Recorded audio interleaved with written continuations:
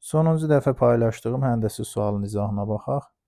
Şəkildə AB çevrənin diametri, D və E nöqtələri isə çevrə üzərində götürülmüş nöqtələrdir.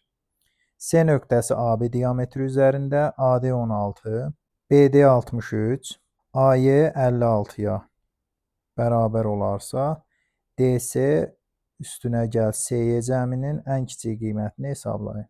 AB diametr, ADB və AEB həmin diametrə söykənən daxilə çəkilmiş bucaqlar olduğuna görə hər ikisi düzbucaqdır. Ona görə də ADB və AEB üçbucaqları düzbucaqlı üçbucaqdır. Əvvəlcə ADB üçbucağından Pifaqor teoreminə görə AB-nin kvadratı bərabərdir 16-nın kvadratı üstünə gəlsin 63-ün kvadratı. Bunu hesablasaq, AB-nin kvadratı bərabərdir 4225 olacaq. AB-ni hesablasaq da 65 olacaq. Demək, diametri tapdıq 65.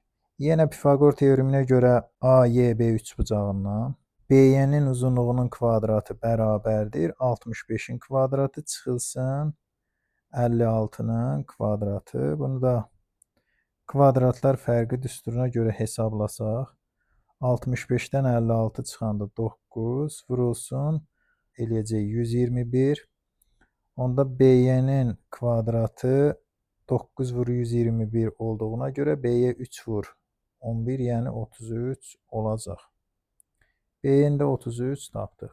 DC üstünə gəlsin, CY cəminin ən kiçik qiymətini tapmaq üçün əvvəlcə Y nöqtəsini AB diametrinə nəzərən simmetrik köçürək və həmin nöqtəni Y' kimi işarə edək.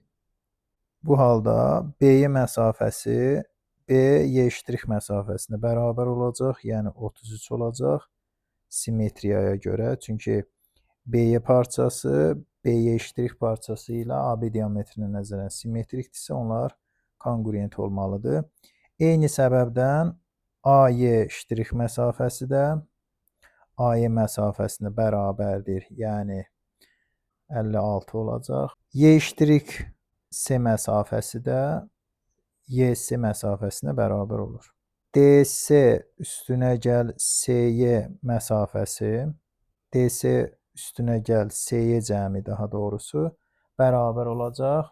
DC üstünə gəl CY' cəminə, çünki CY CY'-ə bərabərdir. Bu cəmin ən kiçik olması üçün Y', C və D nöqtələri bir düz xətt üzərində olmalıdır. Bunu belə izah eləmək olar. Şəkili kənarda yenidən təsvir eləyirəm. AB diametr, D nöqtəsi və Y' nöqtəsi. Tutaq ki, nöqtə AB diametri üzərində Y' D düz xəttinin üzərində olmayan, yəni Y' D ilə AB-nin kəsişməsində olmayan başqa bir M nöqtəsində olsa, burada üçbucaq bərabərsizliyinə görə Y'-M cəmi Y'-M məsafəsi ilə MD məsafəsinin cəmi üçbucaq bərabərsizliyinə görə böyük olmalıdır Y' D-dən. Biz burada şəkildə göstərsək, ADB Y', yəni bu mavi rənglə göstərdiyim dördbucaqlının Y' D diaqonalının uzunluğuna bərabərdir. Yəni ən qısa məsafə Y' D-dir və o bu dördbucaqlının diaqonalına uyğundur. Bundan sonrası Ptolomey teoreminin tətbiqi ilə həll olunur. Ptolomey teoremini tətbiq etsək, AB-nin uzunluğunu bayaq hesabladıq 65-dir. Vurulsun Y' D bərabərdir 56 vur 33 üstünə gəl 16 vur, daha doğrusu 56 vur 63 16 vur 33. Bunu da hesablasaq Y' D bərabərdir.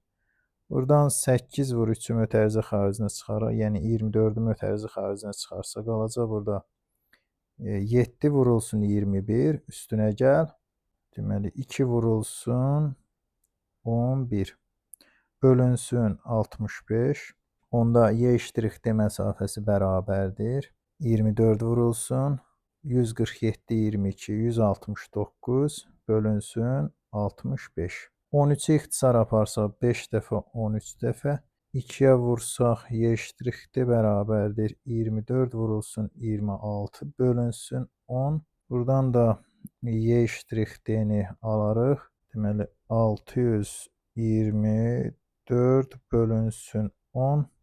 Y eşittir d məsafəsi olacaq 62,4. Hansı ki DS üstünə gəl SY eşitdir və yaxud DS üstə gəl SY cəminin ən kiçik qiyməti olur.